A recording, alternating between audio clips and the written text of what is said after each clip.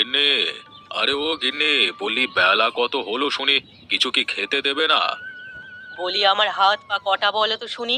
এক হাতে আমি কত দিক সামলাবো। কেন, মেয়েরা আছে কি করতে? হ্যাঁ, আমার তিনটে মেয়ে থাকতে সকালবেলায় না খেয়ে থাকতে হয়?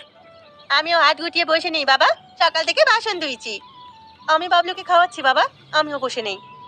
আমিও পড়ছি বাবা, সকাল থেকে মাথায় কিছু ঢুকছে না। এই অঙ্কটা বুঝিয়ে দেবে? খালি পেটে অঙ্ক আসবে না রে মা। আমি যাই, ভোলার দোকান থেকে কিছু খেয়ে আসি। এখন আর কোথাও যেতে হবে না। এই নাও, মুড়িগুলো খেয়ে একটু চা খাও। আমি ভাতের হাঁড়ি চড়িয়েছি। দাও গিন্নি দাও, সকালে একটু মুড়ি পেলে মন্দ হয় না। তা তপন কোথায়? ওকে দেখছি না যে। ও বাজারে গেছে। সে কি, ছেলেটাকে বাজারে পাঠালে কেন? ওর না আজকে অফিস আছে? আমার কথা বললে কি আর শোনে? বললে আজ মাছ কিনবে গিয়ে। বাজারে নাকি বড় মাছ উঠেছে। বড় মাছ? আহা, কতদিন বড় মাছ খাই না। মাছটায় ডিম আছে দেখছি, জমিয়ে খাওয়া যাবে। হ্যাঁ ও ভাইয়া, পিসগুলো বড় করে দিও। হ্যাঁ, আর মুড়োটা কাটবার দরকার নেই, ওটা আস্তই রাখো।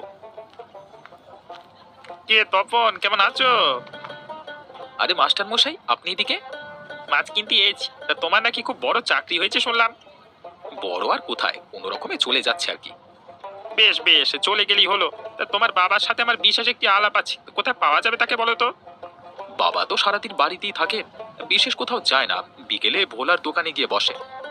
বেশ বেশ, তবে সেখানেই তার সাথে দেখা হবে বরং। আমি তবে আসি বাবা, হ্যাঁ। মাছ কিনবেন না? আর একটু দেখি, তারপর কিনবো। এই নাও, তুমি তো আবার মাছের মুড়ো খেতে খুব পছন্দ করো। আহা গিন্নি, এটা তপনকে দাও, ও সারাদিন কাজ করে। আমাকে এটা দিও না বাবা, বাবলু মাছ খেতে ভালোবাসে, ওকে মুড়োটা দাও। ওমা, আমি এত কিছু খাবো কি করে? আমার পাত যে ভরে গেল। আস্তে আস্তে খাও সোনা, মাছের মাথা খেলে বুদ্ধি হয়।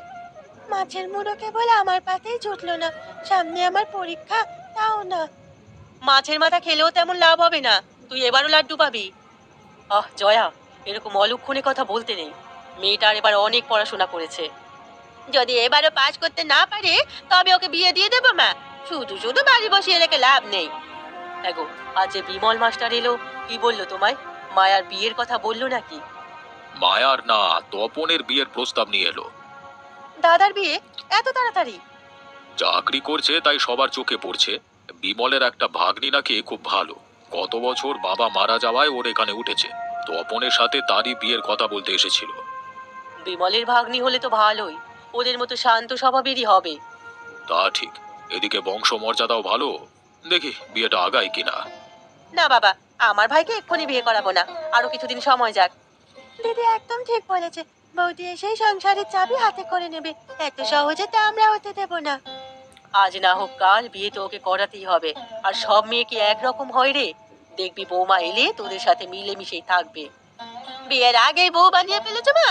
বিয়ে হলে কি জানি হয় কে জানে। ও দিদি, তখন তো আর এ বাড়িতে থাকতে পারবো না। বউ এলে দেখবে সবাইকে তাড়াবে। এখন থাকতে পারলে তখনও থাকতে পারবি জয়া। আর জামাইয়ের কোনো খোঁজ খবর নেই কেন? সে 2 মাস হলো তাকে রেখে গেছে, একবারও দেখা করতে আসেনি। বুঝেছি, তোমরা আমাকে সরাতে চাও। বেশ, আমি আজই ওকে চিঠি লিখবো। কাল সকালে তোমাদের বাড়ি থেকে চলে যাবো, এই আমি বলে দিলাম। আহ জয়া, তুই এত রাগ করছিস কেন? তোর বাবা তো আর তোকে চলে যেতে বলেনি। কোন কথার কোন অর্থ হয় সে আমরা ভালোভাবেই জানি মা। আমাকে ওসব শেখাতে এসো না। মিনু, ও মিনু, কোথায় গেলি মা? আমি এখানে মামা। কি হয়েছে? চেঁচামেচি করে বাজি মাথায় তুলেছো কেন? হ্যাঁ, তোর বিয়ের পাকা কথা হয়েছে মেয়ে। আজকে তপনের বাবা ডেকে পাকা কথা বললেন রে। সে কি, আমার বিয়ে আর আমি জানি না? সেদিন বললাম না তপনের সাথে তোর বিয়ের কথা চলছে। নে নে, এবার তোর মাকে একটা চিঠি লিখতো। বল কাল কি যেন চলে আসে, বল। ও মা, কালকে আসবে কেন? বিয়ে কি এ মাসেই? হ্যাঁ, সামনের সপ্তাহেই তোদের শুভ বিবাহ, বুঝলি?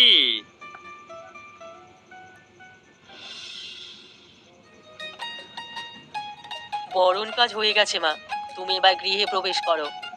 ডান পা দিয়ে ঘরে ঢুকবে কিন্তু, আবার ভুলে বাপা বাড়িও না।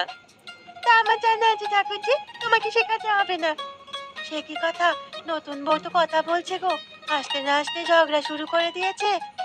আহ মায়া, চুপ কর তো। এখানে ঝগড়ার কি দেখলি? তবে তুমি যত কথাই বলো মা, যে বউ আসতে না আসতে মুখে মুখে কথা বলে, সে দুদিন গেলে কি করবে তা উপরবেলাই ভালো জানেন। হয়েছে হয়েছে, সেটা তখন দেখা যাবে। এখন কথা বলে গৃহপ্রবেশ বিলম্ব করো না তো, লগ্ন পেরিয়ে গেলে আবার মুশকিল হয়ে যাবে। এসো বৌমা, তুমি ভেতরে এসো। হা করো বউ, শ্বশুর বাড়িতে এসে একটু মিষ্টি খেতে হয়। সে কি, একটু মিষ্টি খেলে আর একটু খাও। আমি মিষ্টি খেতে পারি না দিদি, আর খাবো না। সে কি কথা, নতুন বউ নাকি মিষ্টি খায় না? এরকম কাণ্ড তো কোথাও দেখিনি। রাখ দিদি রাখ, আমরা দিচ্ছি বলে খাবে না, এমনিতে দেখবি মিষ্টির পোকা। কি, আমি তুলে দিচ্ছি বলে নতুন বউ মিষ্টি খাবে না? কেন রে তপন, বিধবা হয়ে আমি কি অন্যায় করে ফেলেছি? হ্যাঁ, আর যদি আমার স্বামী থাকতো তবে এ কথা শুনতে হতো না। না না দিদি, ও এমনিতে মিষ্টি পছন্দ করে না, তুমি এতে কষ্ট পেও না। বৌদি কি পছন্দ করে কি পছন্দ করে না তা তুই জানলি কি করে দাদা? তোদের কি আগে থেকে যোগাযোগ ছিল? মা অনেক হয়েছে, এবার ওকে ঘরে নিয়ে যাও তো। হ্যাঁ, বাইরে অনেক ঠান্ডা, বৌমাকে তার ঘরে দিয়ে এসো। চলো মা, আমার সাথে চলো। ননদ তো নয়, যেন সাক্ষাৎ জমদূত। গোয়েন্দার সামনে এসে পড়লেও এত জেরা করে না। ওরা একটু এমনই, তোমাকে সবার সাথে মানিয়ে নিতে হবে। মানিয়ে নেবো কেন? আমি তো মানিয়ে নিতে এখানে আসিনি। সে কি, তাহলে কি ননদের সাথে ঝগড়া করবে? তাও হবে না, কারণ তার আগেই ওদের সাথে মিশে যাব। যাক বাবা, হাঁপ ছেড়ে বাঁচলাম। তুমি তবে অন্য বউদের মতো নও। অন্য বউদের মতো মানে? কটা বিয়ে করেছেন আপনি? না না, আমি আগে বিয়ে করিনি কোনো। এই যে অন্যের বাড়ির বউয়েরা ঝি ননদের সাথে ঝগড়া করে, তুমি তেমনটি নও তাই বললাম। আমি যে তেমন নই, বুঝলেন কি করে? তোমার কথা শুনেই বুঝতে পেরেছি গো। বেশ, বুঝলে ভালো। এখন আমার খুব ঘুম পাচ্ছে, আমাকে ঘুমোতে দিন তো। সে কি, রাতে খাবে না? না, আমার খুব মাথা ধরেছে, আমি এখন ঘুমাবো। হ্যাঁ গো দিদি, বউয়ের চোপা দেখেছো? মুখের ওপর কথা বলতে ছাড় দেয় না। শহরের মেয়ে বুঝলি না, মুখে মুখে তর্ক করে অভ্যাস আছে। আমি আগেই বাবা মাকে বলেছিলাম এ বিয়ে না করাতে। এখন বুঝুক মজা। কদিন পর থেকে যে এই মেয়ে কাউকে মানবে না, তখন টের পাবে। না না দিদি, তা তো আর হতে দেওয়া যাবে না। হাজার হোক ভাইটা আমাদের, অন্য মেয়ে তার সংসারে চড়ি ঘোরাবে, তা মানা যায় না। সত্যি, একদম সত্যি কথা বলেছে বর্দি। এত সহজে হাল ছাড়া যাবে না। ওই মেয়ে যদি ঘরের কর্ত্রী হয়ে যায়, তবে আমাদের কপাল পোড়াবে। বেশ, তবে আমিও কম জানি না। ওই মেয়েকে যদি চুলের মুঠি ধরে না নাচাই, তবে আমার নামও রাসমণি না। ওমা, আমি সব বলে দেবো। সে কি, তুই ঘুমাসনি? না, আমি জেগে জেগে তোমাদের সব ষড়যন্ত্র, সব মন্ত্রণা শুনেছি। তা কি শুনেছিস তুই? তোমরা সবাই মিলে নতুন মামিকে সায়স্তা করবে। হ্যাঁ, আমি সব বলে দেবো ওদের। তবে যে দুষ্টু বাদর, আজ তোর একদিন কে আমার একদিন। হ্যাঁ, হ্যাঁ, হ্যাঁ, হ্যাঁ, হ্যাঁ, হ্যাঁ, হ্যাঁ। রাসু, ও রাসু, বলি এখানে আছিস? কি হয়েছে মা? তিন বোন দরজা বন্ধ করে কি গুজুর গুজুর পুসুর পুসুর করছিস? ওদিকে আমার হয়েছে যত যন্ত্রণা। তোমার আবার কি হলো মা? বৌমা নাকি খাবে না, নতুন বউ কিছু মুখে দেবে না, তা কি করে হয় বলতো? জমিদারের মেয়ে, গরিবের বাড়ির খাবার কি করে মুখে রুচবে? চুপ কর ছুরি, তোদের জন্যই এসব হয়েছে। কতবার বললাম বউটার পিছনে লাগিস নে, বেচারি আসতে না আসতে তার পেছনে উঠে পড়ে লাগলি। ও বাবা, বউ আসতে না আসতে মা দেখছি তার পক্ষে চলে গেছে। আমাদের পক্ষের একজন লোক কমে গেল, কি বলিস দিদি? হাসি রেখে আমার সাথে আয়। আর আসু, তুই গিয়ে দেখ তো কি হয়েছে। ঠিক আছে, আমি যাচ্ছি।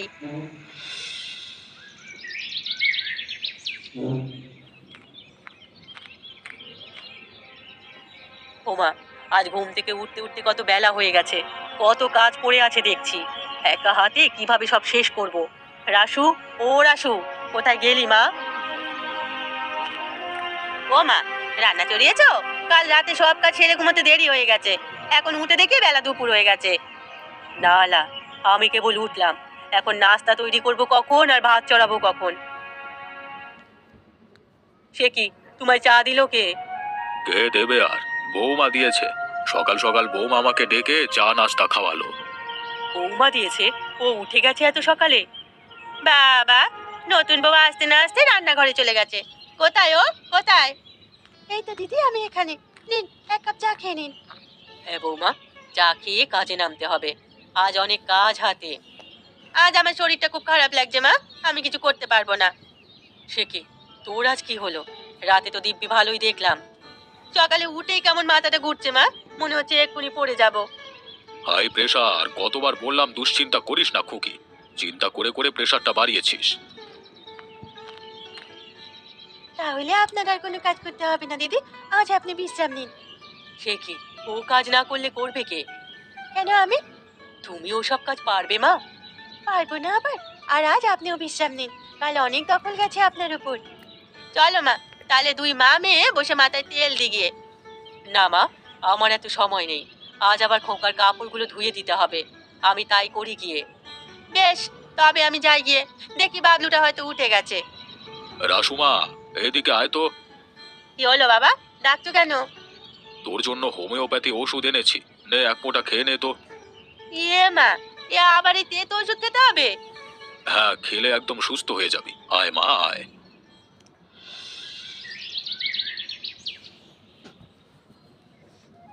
বৌদি, ও বৌদি, কি করছো? রান্না করছি ঠাকুরজি। কি কি রান্না করলে? মাছ, মাংস, শাকসবজি সব আছে। আজ কিন্তু আমার বর আসবে, তার জন্য একটা মাছ ভাজি করে রাখবে।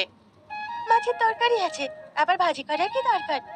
তুমি এত বেশি বুঝো না তো বউ, ও যেভাবে বলছে সেভাবে রান্না করো। বেশ, তবে আপনারাই রান্না করুন না। তুমি থাকতে আমরা রান্না করবো কেন? দাদা কি তোমাকে সাজিয়ে রাখতে ঘরে এনেছে নাকি? তোমাকেও সাজিয়ে রাখতে বাড়িতে রাখেনি? কাজ করে খেলে কি এত অসুবিধা হয় তোমাদের?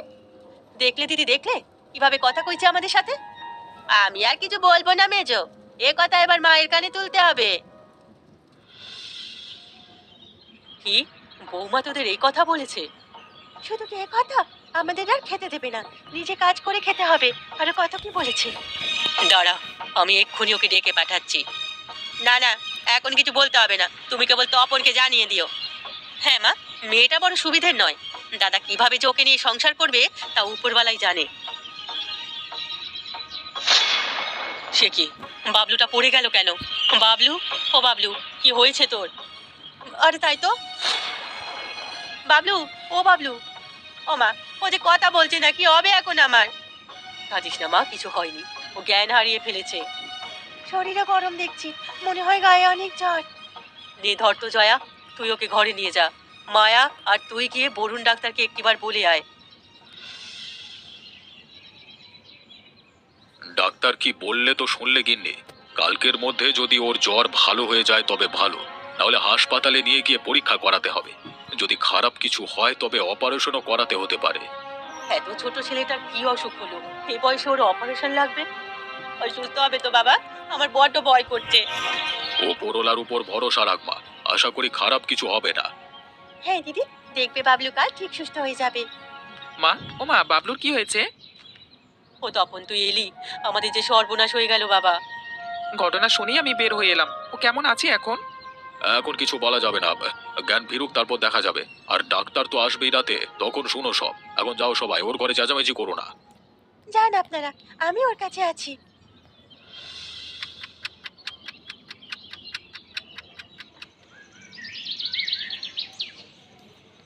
বউ, ও বউ, তুমি এখনো এখানে?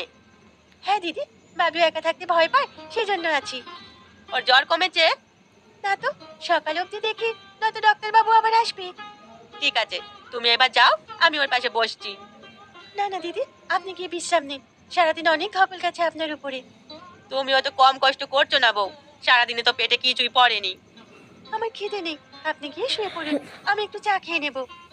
বেশ, তবে দু বোনেই জেগে থাকি, আমার আর ঘুম আসবে না।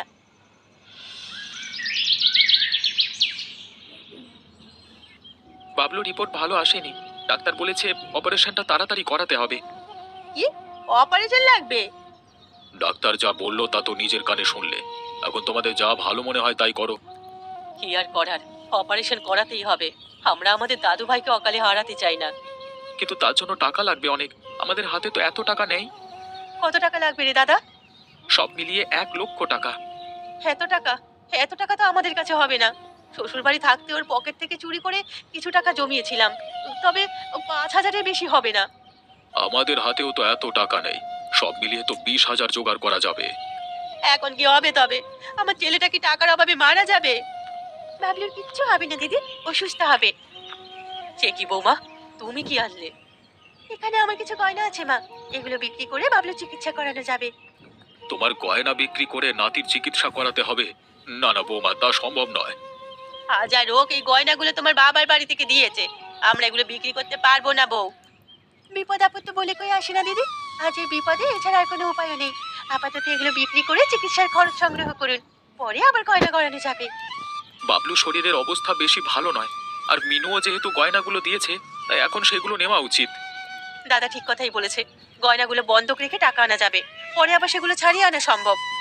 বেশ, এভাবে যদি হয় তবে তাই করো। ওগো, তুমি কি বলো? তাই তো করতে হবে দেখছি, এছাড়া আর কোনো উপায় নাই যে। তবে নাও, এই গয়নাগুলো নাও, আজই ওর চিকিৎসা শুরু করো। যাক বাবা, অবশেষে তুমি বাঁচালে, না হলে আমাদের বাবলুকে হয়তো হারাতে হতো। চিচি, এমন কথা বলো না, ও তো আমাদেরই সন্তান। এটা যদি না করতাম তাহলে আমারই খারাপ লাগতো।